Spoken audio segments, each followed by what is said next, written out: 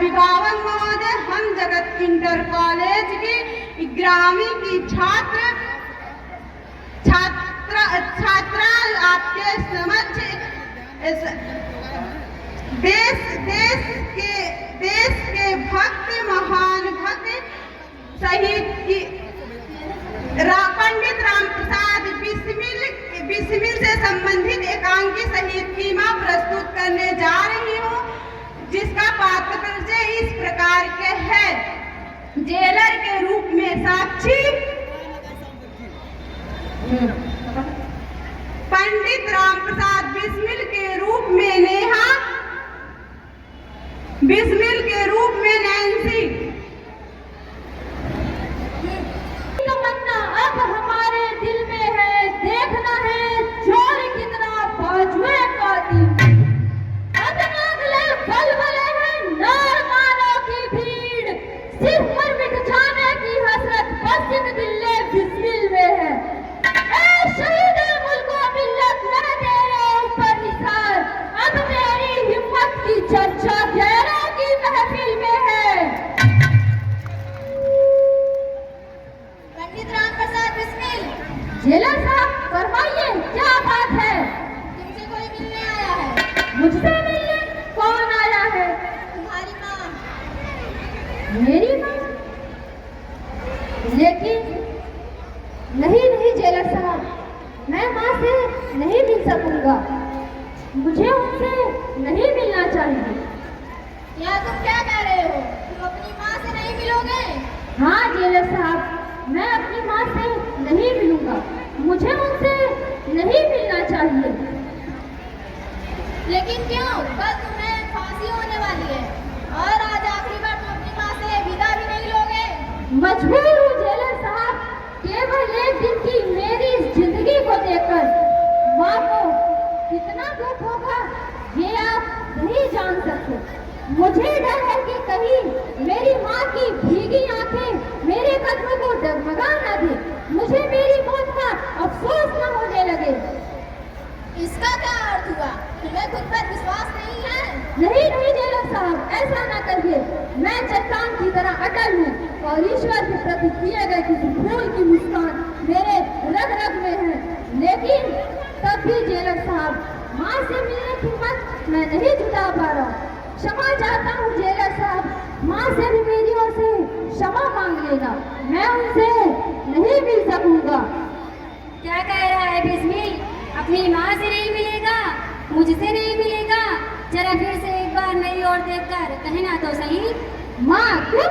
हाँ, मैं ही तो हूँ। क्या अपनी माँ को पहचाना भी नहीं? मुझसे मिलने को भी तेरा जी न चाहा? ऐसा मत बोलो माँ। और क्या बोलूं? अपने देश का ऐसा दीवाना बना कि जन्म देने वाली अपनी माँ को भी भूल गया। माँ मुझे गलत मत समझना, मेरा मतलब यह नहीं था। मैं तो अरे अब रहने भी दे अपनी सफाई को, मैं सब जानती हूँ। तू अपनी माँ को भले ही भूल जा, पर मैं अपने बेटे राम प्रसाद को खूब जानती हूँ। तूने सोचा होगा कि तुझे इस हाल में देखकर मुझे शायद दुख होगा। मौत की गोद में तुझे बैठे देखकर मेरी आंखों से परनाले बहने लगेंगे। हाँ माँ, मेरा मतलब यही था। पगले, तू अपनी माँ को इतना भी नहीं पहचान सका। जिस भारत माँ के लिए तू कुर्बान हो रहा है, वह अकेले तेरी ही तो माँ नहीं, वह तो मेरी भी माँ है। बेटे, तेरे सभी बुजुर्गों की माँ है, इस सारे देश की माँ है। माँ, मैंने समझा था कि अन्य साधारण स्त्रियों की तरह मैं भी रोने चीखने लगूंगी, यही ना? लेकिन बेटे, तूने यह ना सोचा कि जिस माँ ने तुझे बचपन से ही त्याग, वीरता और देश प्रेम का पाठ पढ़ाया है, आज अपनी मेहनत को फलते फूलते देखकर आज उसे कष्ट क्यों होगा? आज का दिन तो मेरे लिए सबसे बड़ी खुशी का दिन है। माँ, मुझे अपने विचारों के लिए अफसोस है। नहीं मेरे लाल, आज के दिन तू किसी बात का अफसोस ना कर। तू तो कुर्बानी की राह जा रहा है। अफसोस तो मुझे है मेरे बच्चे कि मेरा अब इतना छोटा क्यों है? तेरी जगह बनने के लिए वह भी काबिल क्यों नहीं हो पाया? माँ, विश्वास रखो, तुम्हारे इस बेटे के खून से अनेक राम प्रसाद पैदा होंगे। तब वह दिन दूर नहीं होगा जब हमारा देश गुलामी के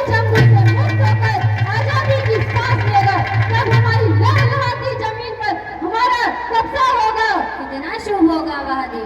हाँ माँ, माँ एक इच्छा है। बोल बेटे, क्या इच्छा है?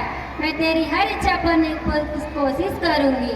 माँ, जब आजादी का पहला जश्न मनाया जाए तब मेरी तस्वीर को कहीं ऐसी जगह रख देना जहाँ से मैं उस जश्न को अब उस तस्वीर के जरिए देख सकूं, लेकिन उस तस्वीर को कोई ना देख सके। ऐसा क्यों मेरे लाल? मैं तो तेरी तस्वीर को ऐसी जगह रखूंगी जहाँ सारी दुनिया उसे देख सके। नहीं माँ, ऐसा न करना।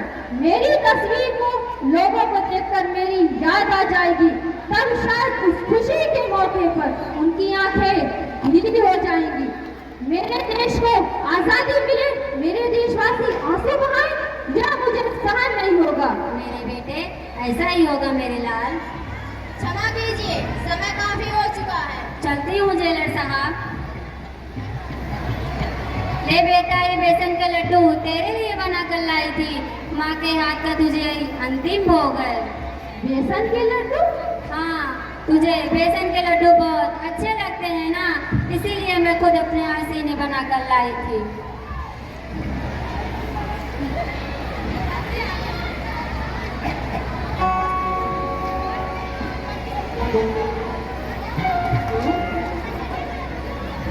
खिला दो।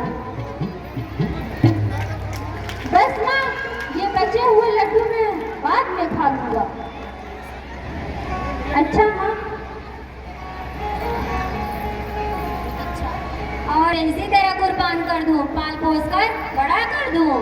माँ, ये तुम क्या कह रहे हैं? अचानक तुम्हें ये क्या हो गया? कुछ भी नहीं, कुछ भी तो नहीं बेटा। तो फिर तुम्हारी आंखों से आंसू क्यों छलक आए?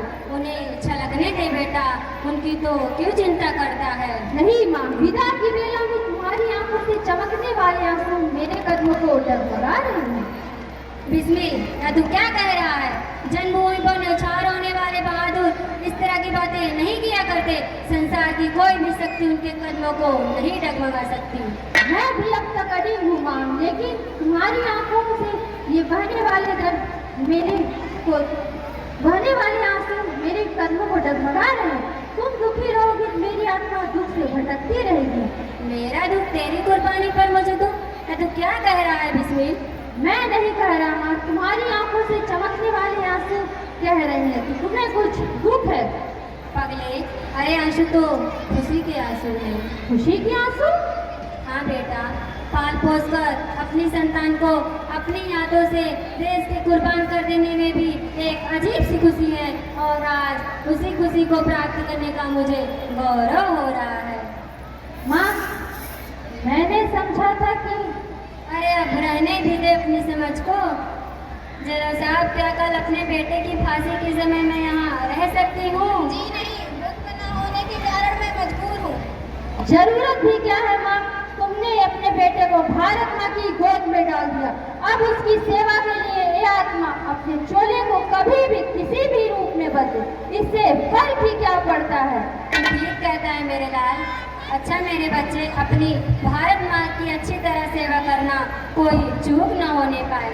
चलिए जेलर साहब। नैनम छिदन्ति शस्त्राणि नैनम दहति पावक नाचनम कलेदन्तो आपो शोष्यति मारुता अच्छे अदो हदाहयो कलेद्यो शोषे एव च नित्यं स्थावरच सनातन।